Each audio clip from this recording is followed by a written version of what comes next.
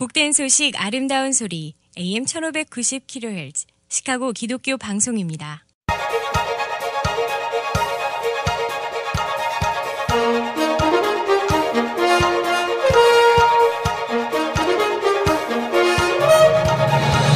김정일 해설위원의 시사 해설. 세상을 넓게 봅니다. 삶의 지평이 넓어집니다.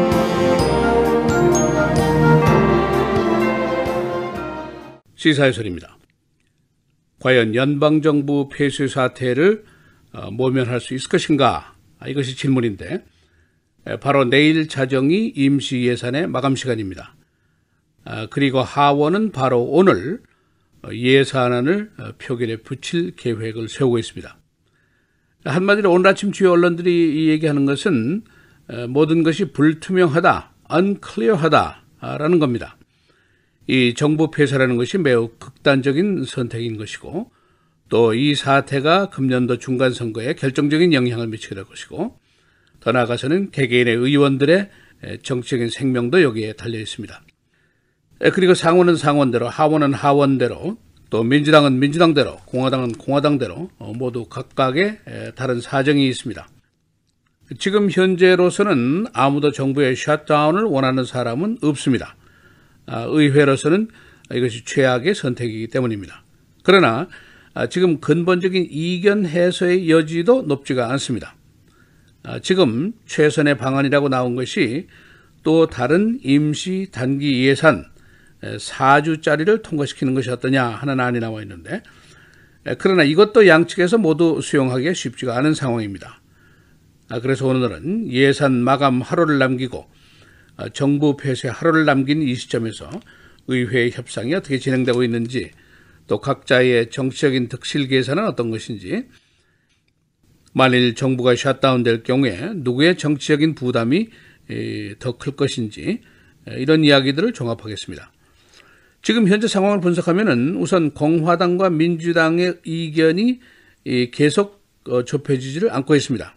특히 드리머스 문제, 국방비 문제는 거의 의견의 접근이 없습니다.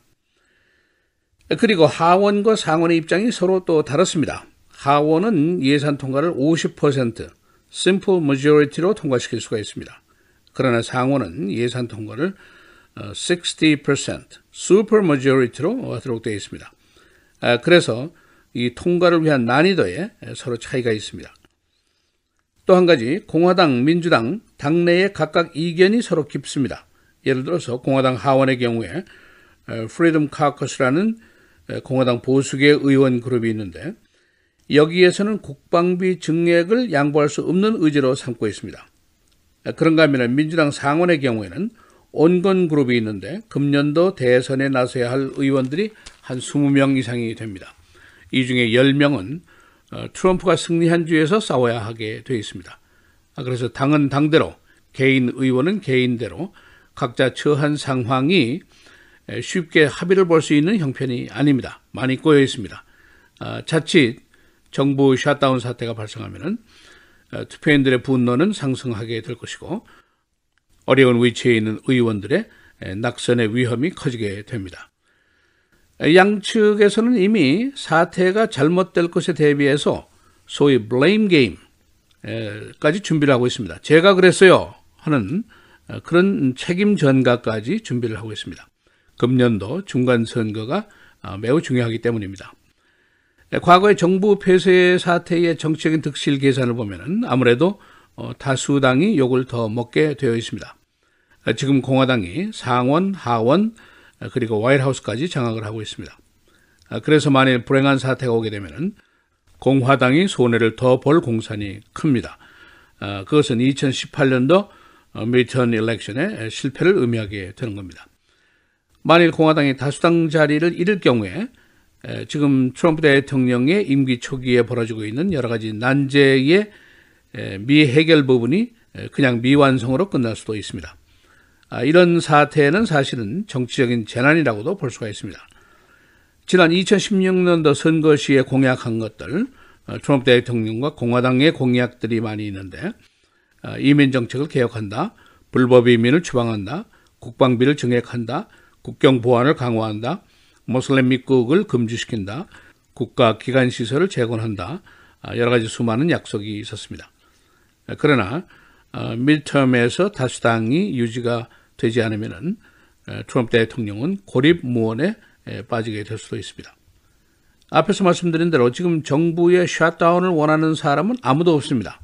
그러나 문제는 이 정부 예산에 추가되어 있는 달카 문제라든가 국방비 예산이라든가 이것이 해결이 안 되고 있기 때문입니다.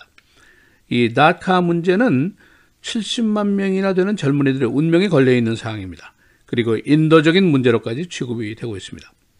민주당으로서는 반드시 통과를 시켜야 되는 사항이고, 그러나 공화당에서 보면 반드시 막아야 될 사항입니다. 불법 이민이기 때문이죠. 그래서 중간선이라든가 타협선이 사실상 없다고도 볼 수가 있습니다. 그래서 임시 방편으로 또 한 번 임시 단기 예산으로 가자 하는 안이 나오긴 나왔는데 이것도 쉽지가 않다는 것이죠.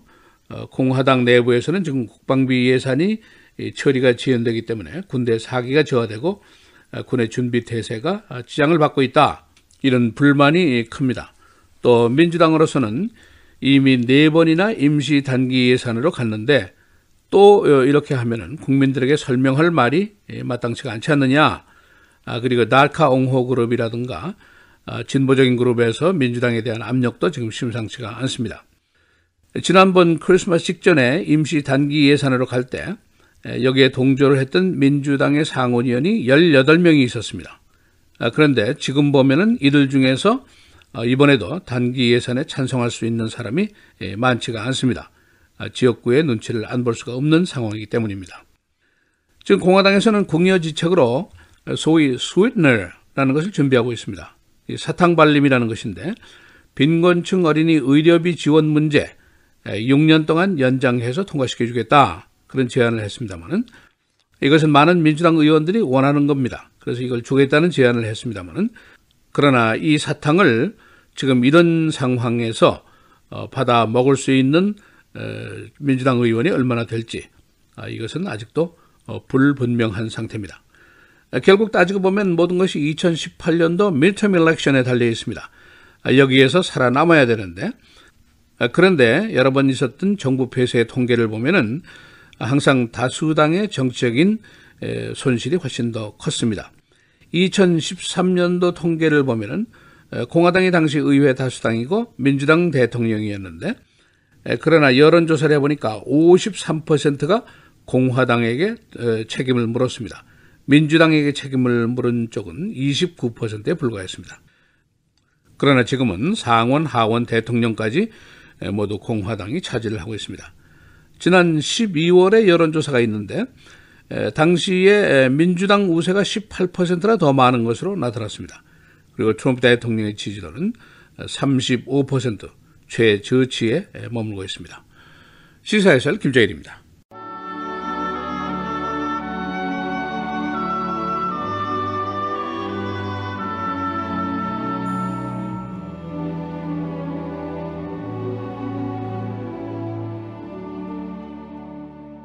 그가 시험을 받아 고난을 당하셨은즉 시험 받는 자들을 능히 도우실 수 있느니라.